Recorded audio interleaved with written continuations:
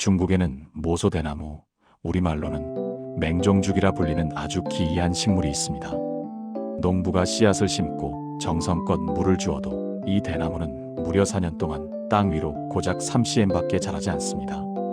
겉으로 보면 죽은 것과 다름없습니다.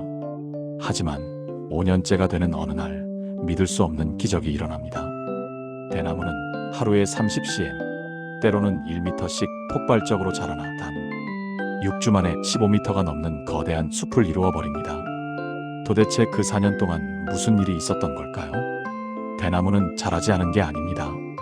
땅 위로 올라가는 대신 수백 미터에 달하는 거대한 뿌리를 땅속 깊은 곳으로 뻗어내리고 있었던 것입니다. 거대한 몸집을 지탱할 기초를 다지는 침묵의 시간이었죠. 놀랍게도 인류의 역사에도 이 모소대나무와 똑같은 시기가 있습니다.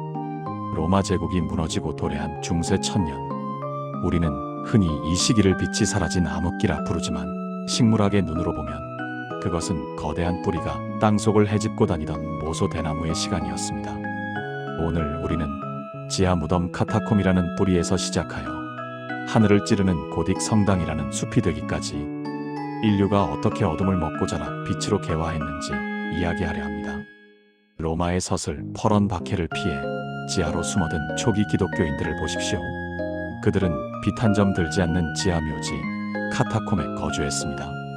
모소대나무가 4년 동안 땅속에서 숨죽이듯 그들은 깊고 어두운 흙 속에서 물고기 그림을 그리며 서로를 확인했고 썩지 않는 믿음의 뿌리를 내렸습니다. 지상의 권력이 그들을 짓밟을수록 지하의 뿌리는 더 넓고 단단하게 뻗어나갔습니다. 그리고 마침내 때가 되었습니다. 대나무가 5년째에 폭발하듯 로마가 기독교를 공인하자 땅속에 응축되어 있던 에너지는 지상으로 무섭게 솟구쳐 오릅니다. 이것이 바로 하늘을 찌를 듯 솟아오른 고딕 양식의 탄생입니다. 고딕 성당을 보신 적이 있나요? 그것은 마치 빽빽하게 자라난 대나무 숲 혹은 울창한 침엽수림과 같습니다. 육중한 벽으로 무게를 버티던 과거를 벗어던지고 뼈대만 남은 얇고 높은 기둥들이 천장을 받치고 있습니다. 건축가들은 건물의 무게를 밖으로 빼내는 공중 부벽 플라잉 버트레스이라는 가지를 만들었습니다. 마치 대나무가 땅속 뿌리의 힘으로 15m를 버티듯 고딕 성당은 카타콤 시절 다져놓은 영적인 뿌리의 힘으로 중력을 거스르며 하늘로 뻗어 올라갔습니다. 그리고 벽이 사라진 자리에는 빛이 들어왔습니다. 식물이 살기 위해 햇빛이 필요하듯 중세인들에게 빛은 곧 신이었습니다. 그들은 성당 내부를 신의 은총으로 가득 채우고 싶었습니다. 그래서 벽을 뜯어내고 거대한 유리창, 스테인드 글라스를 달았습니다. 샤르트르 대성당의 저 붉고 푸른 유리창, 특히 꽃처럼 활짝 핀 장미창을 보십시오. 밖에서 들어오는 태양빛은 이 유리를 통과하며 성스러운 색채로 산란합니다. 이것은 단순한 장식이 아닙니다. 성당이라는 거대한 식물이 수행하는 영적인 광합성입니다. 어둠 속 카타콤에서 촛불 하나에 의지했던 인류는 이제 오색 찬란한 빛의 숲속에서 신을 찬양하게 된 것입니다. 모소대나무의 사년이 없었다면 15m의 숲도 없었을 것입니다. 마찬가지로 카타콤의 어둠이 없었다면 고딕 성당의 찬란한 스테인드 글라스도 존재할 수 없었습니다.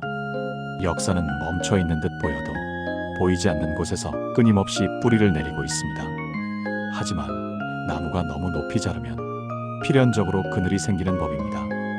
1000년 동안 오직 하늘만 바라보며 뻗어 올라가던 이 거대한 줄기는 어느새 땅 위에 사는 인간들을 잊어가고 있었습니다.